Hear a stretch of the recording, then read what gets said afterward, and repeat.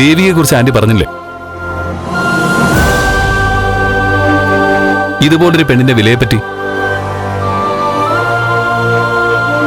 സത്യം ആന്റി പറഞ്ഞത്.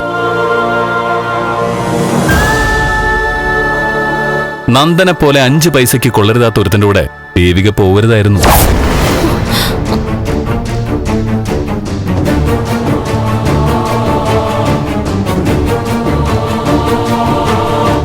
വേറൊരു മണ്ടനാവൻ. ഭാര്യയ്ക്ക് വേണ്ടി സ്വന്തം ജീവിതം മാറ്റിവെച്ച മരമണ്ടൻ.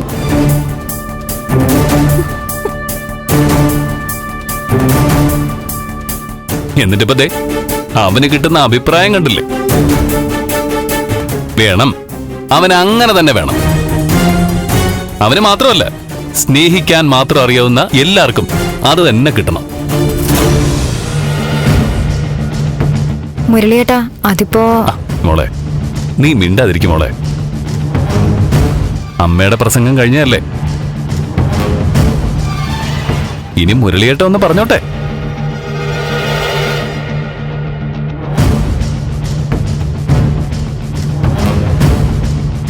ഇന്നലെ രാത്രി അവൻ വീട്ടിൽ വന്നിരുന്നു.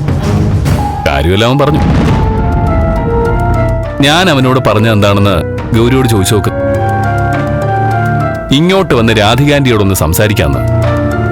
എന്നുവെച്ചാ എന്റെ സംസാരം എങ്ങനെയായിരിക്കും എന്ന് ഊഹിക്കാമല്ലോ.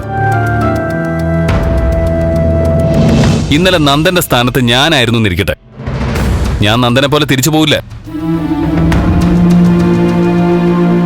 വാതിൽ ചവിട്ടി തുറന്ന് അകത്ത് കയറിയനെ.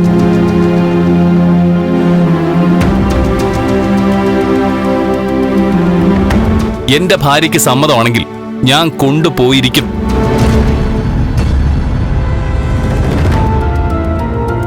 അതേതമ്മ തടഞ്ഞാലും.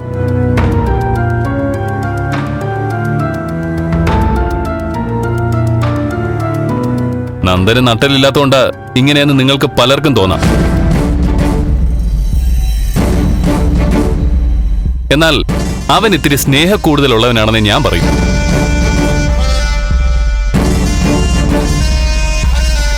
ദേവികയുടെ അമ്മ പറയുന്നത് സ്വന്തം അമ്മ പറയുന്ന പോലെ കാണുന്നവനവൻ.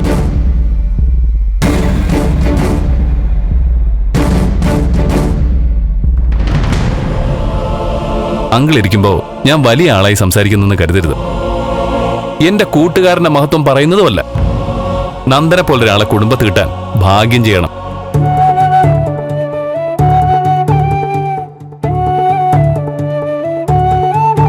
വേറെ ആരും പറയണ്ട, ദേവിക തന്നെ പറയട്ടെ.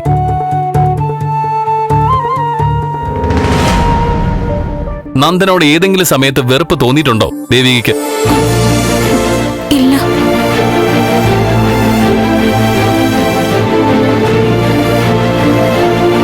നന്ദന്റെ കൂടെ ജീവിക്കണ്ടെന്ന് തോന്നിയിട്ടുണ്ടോ? ഇല്ല, ഒരിക്കലുമില്ല.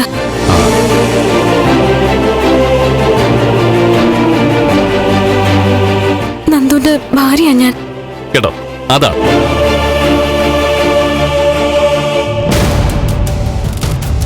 ഒരു MLA-യുടെ മകൻ, കോടികളുടെ സ്വത്ത്.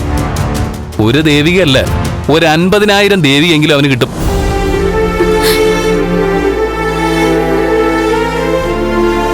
അവന് പക്ഷേ ഈ ഒരൊറ്റ ദേവികയെ മതി.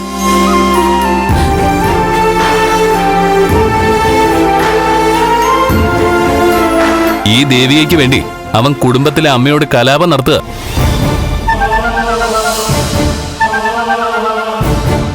ആ, അതുകൊണ്ടായിരിക്കും അവന് നട്ടലില്ല എന്നൊക്കെ നിങ്ങൾ പറയുന്നത്. മുരളി, അപ്പൊ ഇന്നലെ അവിടെ നടന്നു നോക്കിയോ?